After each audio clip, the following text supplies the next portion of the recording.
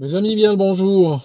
Les bruits à Washington, il y a à peu près 15 jours, disaient que Biden n'avait pas plus de 10 jours à tenir. Et je vous avez dit ça pour ceux qui me suivent sur Twitter. J'ai dit qu'il avait 10 jours, je me suis trompé, c'était 15. Mais voilà, on se comprend.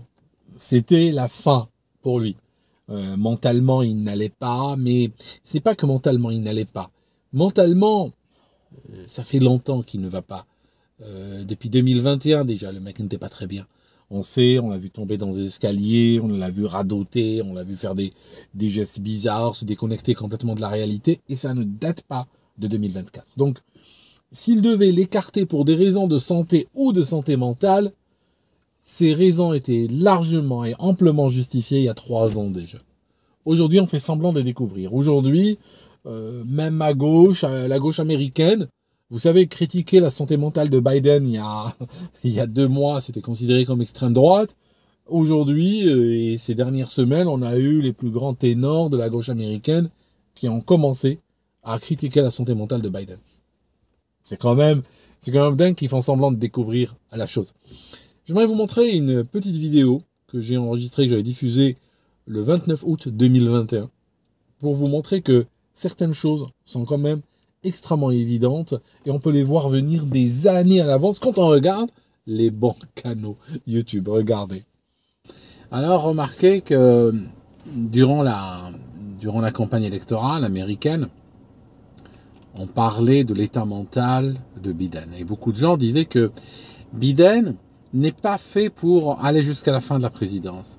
Biden est fait pour donner la place à Kamala Harris.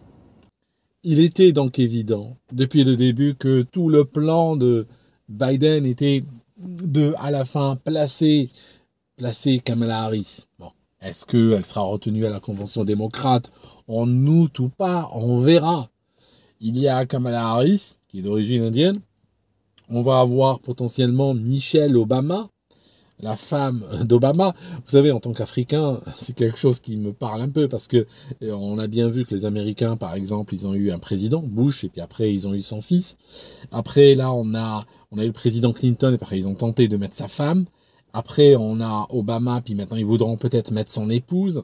Je veux dire, vous savez, honnêtement, quand ça arrive en Afrique, on dit que c'est des pays qui sont des républiques bananières, et bon, pourquoi ne pas créer un royaume, hein? Si ça commence à se transmettre de père en fils, ou dans la famille de proche en proche, pourquoi ne pas créer un système comme ça? Pourquoi faire semblant d'avoir un système démocratique avec des élections et tout ça? Si on est en train d'échanger ou de passer ses rôles de proche en proche. Vous voyez? Donc, on verra. Il y a aussi la sinistre Hillary Clinton, qui aussi est en embuscade, même s'il faut dire, elle a faibli ces derniers temps, elle a eu un AVC, elle a beaucoup de casseroles, donc je ne sais pas si elle est encore dans sa date de péremption, pour être honnête, sur le plan purement politique, n'est-ce pas? Donc, la situation qui est en train de se mettre aujourd'hui est extrêmement, extrêmement chaude. C'est la réponse. C'est pas qu'on découvre que Biden est sénile, c'est pas ça, il est sénile depuis très longtemps. C'est la réponse à l'assassinat raté de Trump. Parce qu'au départ, c'était quoi? C'était le clash entre Trump et Biden. Au départ, il voulait éliminer Trump. Donc, il était censé être assassiné. On a le tireur qui le visait. On a laissé l'opportunité au tireur plusieurs secondes pour qu'il puisse canarder. Et puis par la suite, on l'a abattu. Mais on lui a laissé sa fenêtre d'opportunité et l'enquête sur cette histoire ne fait que commencer. Maintenant, on n'a pas pu éliminer Trump. Cette carte n'existe plus. C'est une carte joker. Ce n'est pas une carte qu'on peut déployer comme on veut, juste comme ça. À chaque fois, on le fait. Non, c'est trop tard. On l'utilise une fois, déjà de loin en loin, comme je vous disais dans mon livre sur le Grand Reset. C'est une carte qu'on utilise une fois par génération ou moins. Là, on a tenté d'utiliser, on a raté. Donc, qu'est-ce qu'on fait? Il faut éliminer l'autre candidat. Donc maintenant, on va éliminer Biden. Voyez-vous, donc Biden va sauter, forcément. Il sera remplacé par quelqu'un. Dans l'idéal, je pense pas qu'ils vont mettre Clinton. J'ai des doutes qu'ils mettent Clinton parce que bon, à moins qu'ils aient envie de nous refaire le coup de 2007, tout ça, c'est joli, mais ils risquent vraisemblablement de mettre soit Kamala Harris, soit Michelle Obama. Michelle Obama, toute chose égale, est un peu plus sympathique. Hein. Pas pour des gens comme vous et moi, mais je veux dire, elle est sympathique pour une certaine Amérique. Pour une certaine Amérique démocrate, qui la trouve plus souriante, plus charmante, plus ce que vous voulez. Par rapport à Kamala Harris. Il y aura probablement l'une ou l'autre. Pour moi, la probabilité la plus faible est du côté de Hillary Clinton. Par rapport à celui qui va gagner, bon, déjà, on va voir le candidat démocrate qui il va mettre comme vice-président. Ça va être intéressant de voir le ticket, ça va être intéressant de voir la carte, qui ils vont prendre. On verra. Maintenant, une chose. À ce stade encore, je ne vois pas Trump gagner. À ce stade, je vous le dis depuis de nombreuses années, je ne vois pas Trump gagner. Je ne vois pas Trump gagner. D'ailleurs, récemment, j'ai failli remporter mon pari. Avec l'histoire du flingage, j'étais à ça. Hein. J'étais à un cheveu, vraiment, j'étais à un cheveu de remporter mon pari. Mais je pense que les jeux sont toujours sur la table.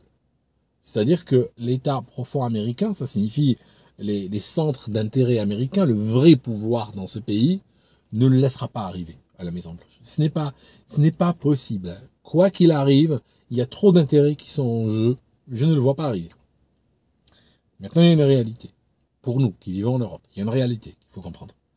C'est que quel que soit le président qui arrivera à la Maison-Blanche en janvier prochain, ce président aura de grands chantiers, qu'il soit Trump ou quelqu'un d'autre. Et ces chantiers-là ne vont pas dans l'intérêt de l'Europe. Parce que ce qui se passe, c'est que l'Amérique aujourd'hui est profondément dans la Moïse, pour faire simple. Économiquement, ça ne va pas, même si ils sont un peu plus brillants que l'Europe, mais tout le monde est meilleur que l'Europe aujourd'hui, parce que l'Europe est quand même dans une lancée quand même sacrificielle. Hein. C'est une politique très destroy qui est en Europe. Hein. C'est la volonté destructrice aujourd'hui qui s'est un petit peu généralisée en Europe, après avoir atteint des fois des éléments un petit peu éloignés, disparates. Aujourd'hui, c'est une volonté, on va dire, civilisationnelle d'arrêter et de finir. Okay, il y a plein de symboles de cela, mais on y arrive une autre fois. Mais ce que je cherche à vous dire, c'est que l'intérêt de l'Europe et l'intérêt des États-Unis sont divergents. Alors effectivement, par exemple, Trump dit, si j'arrive au pouvoir, j'arrête la guerre en Ukraine et tout ça. Oui, il pourra arrêter la guerre en Ukraine. Est-ce qu'il pourra calmer le jeu avec la Russie? Non, il ne calmera pas le jeu avec la Russie. Ce n'est pas possible. Parce que, si vous regardez du côté russe, par exemple, juste pour parler de cet exemple-là, il regarde sur la durée. Il regarde sur une durée de 10 ans, 20 ans, 100 ans. Parce que du côté russe, ils ont des hommes d'État. Alors que du côté américain et du côté occidental en général, ils ont des gens qui sont dans une logique électoraliste. Ils voient sur des mandats de 4 ans. Donc, par exemple, la Russie ne va pas changer de politique ou de stratégie économique ou géopolitique avec les BRICS et tout ça, juste parce que Trump arrive au pouvoir. Parce qu'ils savent que, bon, Trump arrive au pouvoir et après. Il passera 48 mois au pouvoir. 4 ans. Et quand il partira, tout peut arriver et on reprendra la guerre comme avant. C'est ça le problème. C'est-à-dire que les pays occidentaux aujourd'hui ne sont pas vus, en dehors de l'Occident, comme des pays qui sont fiables, comme des pays auxquels on peut faire confiance. On peut de temps en temps avoir une administration avec laquelle on peut parler, qui est un peu plus honorable que les autres, mais profondément, c'est des pays sans foi ni loi. Donc ils peuvent très régulièrement, ils ont des régimes qui très régulièrement sont instables, peuvent changer de priorité, peuvent devenir belliqueux, agressifs, ne respecter rien, ni le droit international, ni même la moindre comment dirais-je, la moindre règle de bienséance civilisationnelle, ils ne respectent pas. Donc à ce moment-là, je ne vois pas Trump, par exemple, pouvoir calmer le jeu avec la Russie. Un des éléments. Et d'un autre côté, il n'en a pas l'intérêt, parce que je vous dis un truc. Le gros problème aujourd'hui des États-Unis, c'est la dédollarisation. Parce que aujourd'hui, tout le monde fuit le dollar. Or, les États-Unis ne peuvent vivre que s'ils peuvent imprimer le dollar sans limite et le distribuer partout dans la planète parce que tout le monde en a besoin. S'ils n'arrivent pas à le distribuer, si le vase de distribution est petit et qu'ils continuent à imprimer à la vitesse à laquelle ils impriment, eh bien, ça deviendra le Zimbabwe chez eux. Très rapidement, tout le monde deviendra millionnaire ou milliardaire. Il faudra 10 millions d'euros ou de dollars plutôt pour aller acheter un McDo. Ça sera le Zimbabwe parce que personne ne voudra de leur monnaie internationale. Or, la dédollarisation, c'est ce qu'elle est en train de faire. Eux, ils impriment du billet vert et la dédollarisation est en train de le garder sur le territoire américain. Donc eux, il faut qu'ils trouvent le moyen de redollariser quelque part. Le seul endroit où de manière, on va dire, potentiellement on peut redollariser et gagner peut-être 10 ans, 20 ans, 30 ans pour les États-Unis, c'est l'Europe. Mais pour cela, il faut que l'Europe s'effondre. Pour cela, il faut que l'euro s'effondre. Il faut que les économies européennes s'effondrent. Pour qu'elles puissent devenir tributaires et dépendantes des États-Unis et qu'elles considèrent par exemple le dollar comme une monnaie unique qui leur permettra de souffler, de respirer et puis de redollariser leur économie complètement. Mais il faut que l'euro disparaisse. C'est très important. Voilà, il y a des choses. Et c'est pour ça que je vous disais que celui qui arrivera au pouvoir en janvier ne va pas nécessairement travailler dans l'intérêt de l'Europe. Ça, les intérêts sont trop divergents en ce moment. Voilà. Nous rentrons dans une phase extrêmement dangereuse. Je vous le dis tout de suite. C'est très très chaud. Parce que un des dangers de cette phase, c'est ceux qui sont par exemple les animateurs de la guerre entre l'Europe et la Russie peuvent se dire, ils peuvent réfléchir comme ça, ils peuvent se dire, potentiellement on a Trump qui arrive au pouvoir en janvier, donc s'il y en a une carte à jouer, par exemple une carte de pourrissement, par exemple enflammer la guerre, sortir d'une guerre froide comme on est maintenant à une guerre chaude, déclarée, ouverte, c'est peut-être le meilleur moment. Par exemple, s'ils ont envie d'envoyer des missiles fabriqués en France avec le drapeau français et tout ça, s'ils ont envie de les envoyer sur des bâtiments civils à Moscou et tout ça, c'est le moment ou jamais. Je veux dire, il faut qu'ils le fassent là, maintenant. Et ils ont d'ici la fin juin, enfin fin juillet, mi-août pour le faire. Il faut qu'ils accélèrent leur jeu. Parce que ils savent que le pourrissement sera plus difficile à obtenir par la suite.